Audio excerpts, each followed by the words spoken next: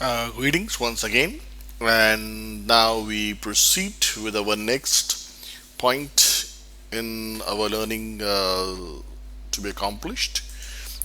What we will proceed to do next is PGP, which stands for Pretty Good Privacy. It's basically a good way of encrypting your documents before you would like to transmit them over the digital media.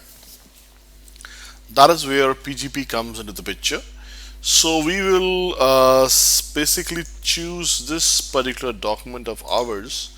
Let me go real quick over here and open that document.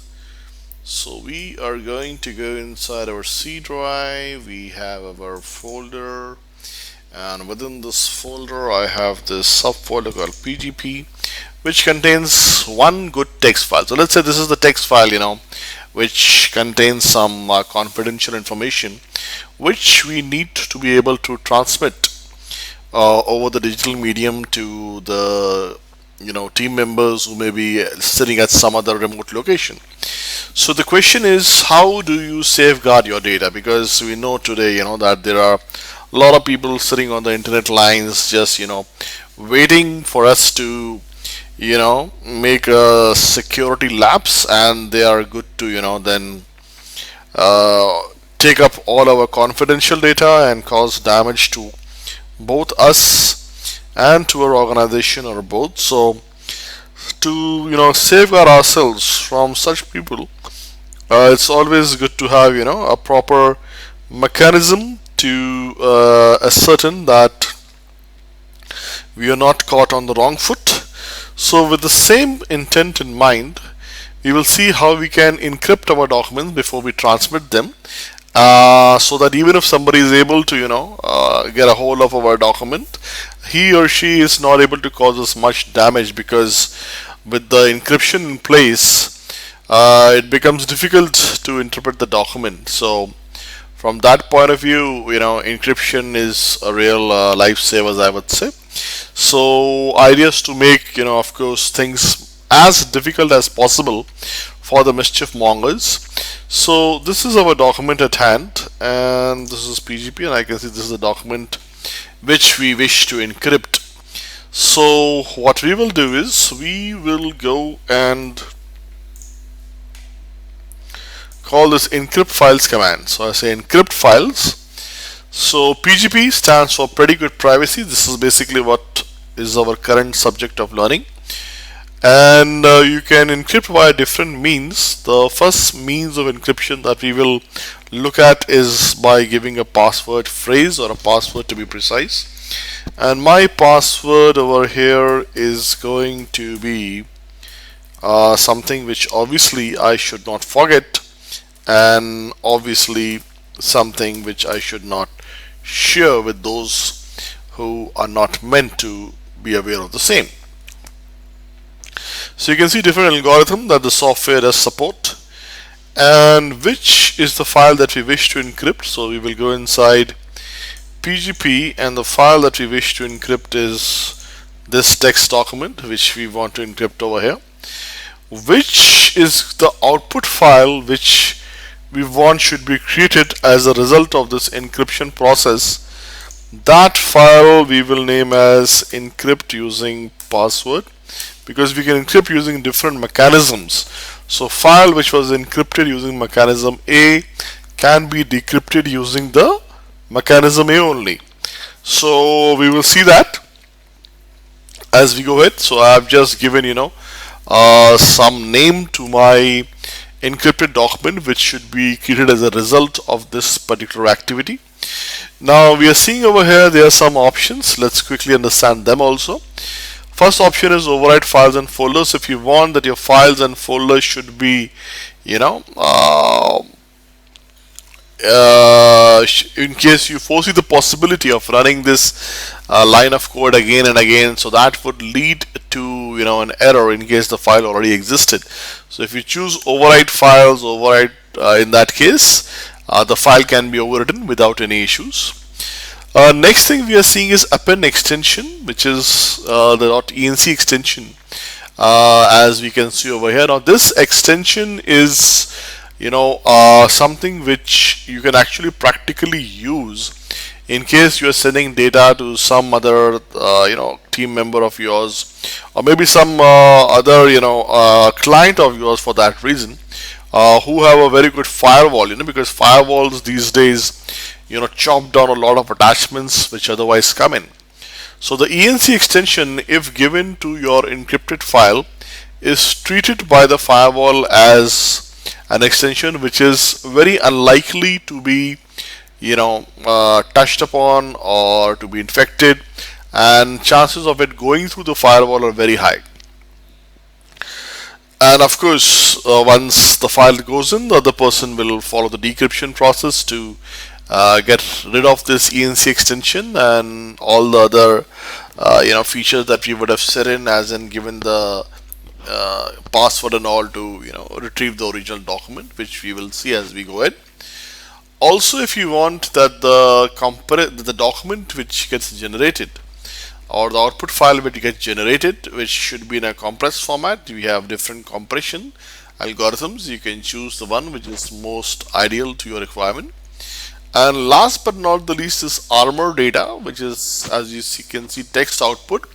The armor data text output, basically, if you look at a file which has been encrypted with this option enable, that file basically contains all the letters of the English alphabet and maybe numbers jumbled up. It does not contain characters outside of the English alphabet and the numbers.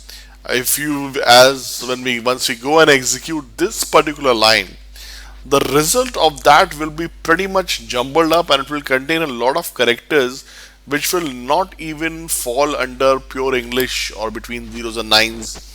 A lot of weird characters and symbols which are quite difficult to interpret. So it's a matter of personal preference, that whether or not you want encryption only to happen using the letters of the English alphabet. If you are also comfortable with other letters or symbols or characters getting jumbled in, then maybe you don't want to take up this option. And otherwise, if you feel that only text-based encryption by jumbling up the letters of the English alphabet is good for your purpose, then you can do that. Maybe you can keep this option as something if you're sending something via your corporate intranet, and maybe if you want to send it outside of the scope of your corporate internet, then maybe you don't want to enable this option. Again, depends on your IT policy. So once we have done all these settings, we can go and save it. We are going to save it from the top, give it a name as PGP, which stands for pretty good privacy, and we are going to go and run it. And that will go and tackle the job. It's gone and done it. If I go and open this, I can see this document has been encrypted and it is not making any sense at all. So this is how an encrypted document looks. So obviously we can now send this encrypted document to the receiver. Maybe you can send this encrypted document via email, and maybe the password you might want to send through some other channels, like maybe a chat client or a Skype or some other means of communication. And now in order to get back and get hold of the original document, the receiver will now have to go and undertake the following steps which I am doing. So in the passphrase, the receiver will have to go in given the password which the sender had keyed in while encrypting this document. Source file for decryption would become now the file that we encrypted in the previous stage, and the destination file would be maybe something which you want to give a new name. Again, if you foresee the possibility that you might be running these lines of code again and again, then you might want to choose this overwrite files folder option, so that overwriting the existing file does not throw an error. And also, if you gave an ENC extension while encrypting earlier, you may want to give a remove extension over here, so that extension gets removed. Further, I can go and save it. I can say it from the top, and then let me go and run it from this last line over here. So that will give us the decrypted document. So that goes and does it. Let me go and check real quick. and I can see I have been now able to retrieve the original document. So that was one level of encryption and decryption that we did using password phrases, which is again something which is very much possible using the scope of our software. Next, as we all would already be probably aware of, you can also undertake the activities of encryption and decryption using key pairs. So you have public key, you have private keys, and this is basically something that we'll be looking at next. So I'm saying create keys, and we have a public key which is meant for encrypting the data, and then we have a private key which is meant for decrypting the data, which is further something that we will be creating now. So in this same folder which we have earmarked for all these PGP related activities, I will go and say public key file. I'll give it a name, I'll give it a name as public.snk, and for the private key file we will give it a name as something like private.snk. So the public key file basically is the key which goes and does the encryption process, and the private key file is doing the reverse operation, as in decrypting the file. Now these public and private key files, they work in pairs. That means when I created these two files, they too were meant to work with each other. This encryption done by this particular public key file can be decrypted by this particular private key file only. You cannot have encryption happening from public key file made in some other public private key combination and then decryption happening via some other private key file made in another public private key pair. No, it does not happen that way. So these two complement each other, and they cannot work with other public private key pairs which you might have created or might be existing in your organization. So you have to be careful that which public key was made with which private key. So it's it's something like remembering your lock combination. You give the long lock, you don't give the right unlock combination, your lock does not open. So you have to provide the right private key for the relevant public key file. Also, on top of this, you can have another layer of deterrence by means of this password protection. It's not a mandate, but it's something good to have, because like I said, let's make things as difficult as possible for the mischief mongers. So that's where passwords add one more layer of deterrence. And further, like I said, you can also choose override files. Should you run this again, then if the files already exist, it will throw an error. So I'm going to go and save this. By the way, the SN key extension means Visual Studio Strong Key. So our software is largely made using Visual Studio, and if you ever would have gone and done the installation, you must have noticed it requires the .NET framework and all. So the Visual Studio Strong Keys are a safe bet, and they do get created without any hassles. So I'm going to go and save it.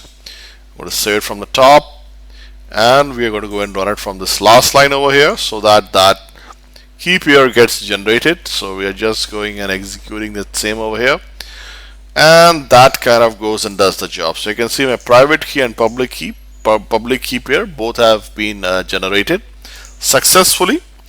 Now we have only been able to generate these private and public key files. We have yet to go and actually start using them.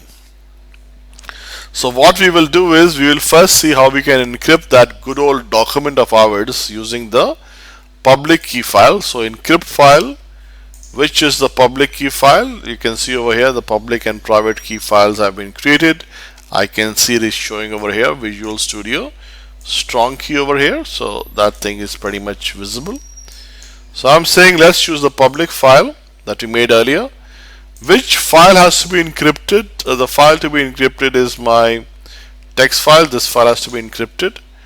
What are the destination file which should be created as a result of this encryption process? That should be the I'm going to say key encrypted secure me.txt, just an indicator that this file was encrypted using the uh, public key. You can choose to override the files and folders in case you foresee the possibility that you might be running these lines of code again and again, and that might create issues. You can append an extension .enc extension in case you want, that it should be clearly highlighted that this is an encrypted document. And again, you can specify the compression algorithm, and again, if you wish, you can choose to have only the English alphabet based character based encryption, which would mean that only the letters of the English alphabet and numbers max would be the ones that you see in the encrypted document. And in case you do not do so, then as we saw earlier, we get all sort of characters. So matter of personal preference, I choose not to take this at this moment, and I can go and save it, and we save it from the top. And now we are going and running it from this last step over here, which will go and create that encrypted document again. So if I go and see, I can see my encrypted document again has been created. And again, you can see all weird characters over here, which are a little difficult to interpret. Now that we have created this encrypted document, we can send this encrypted document maybe via an email.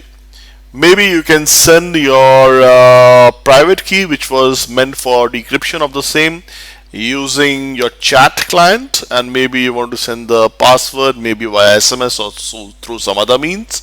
Idea is to keep all these things separate from each other, send them via different channels so that it's hard for anybody to put two and two together and get to reach the right conclusion. So making things as difficult as possible, like I discussed earlier. And now what we want to do is we want to go and decrypt this document which we just encrypted.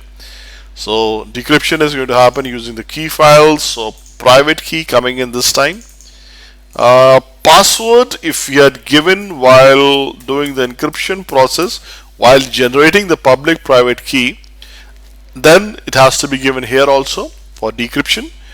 Source file becomes the file that we just encrypted a moment ago, and the destination file would become this file without the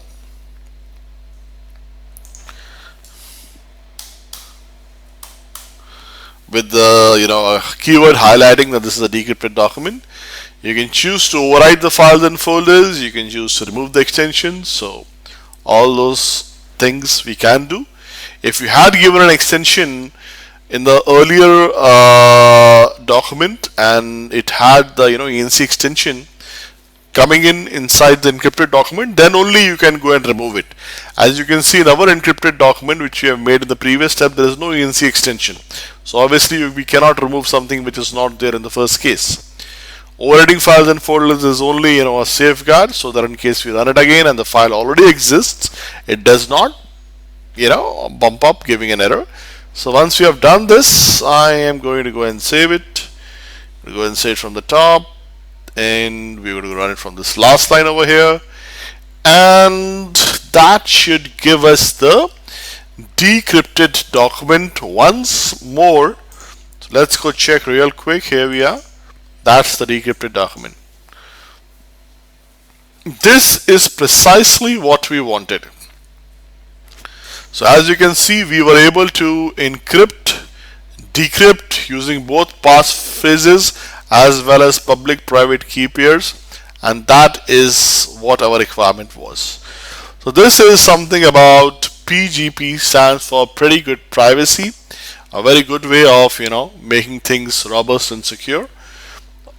So I hope we are good till this point, and until we meet again for our next demonstration, thank you.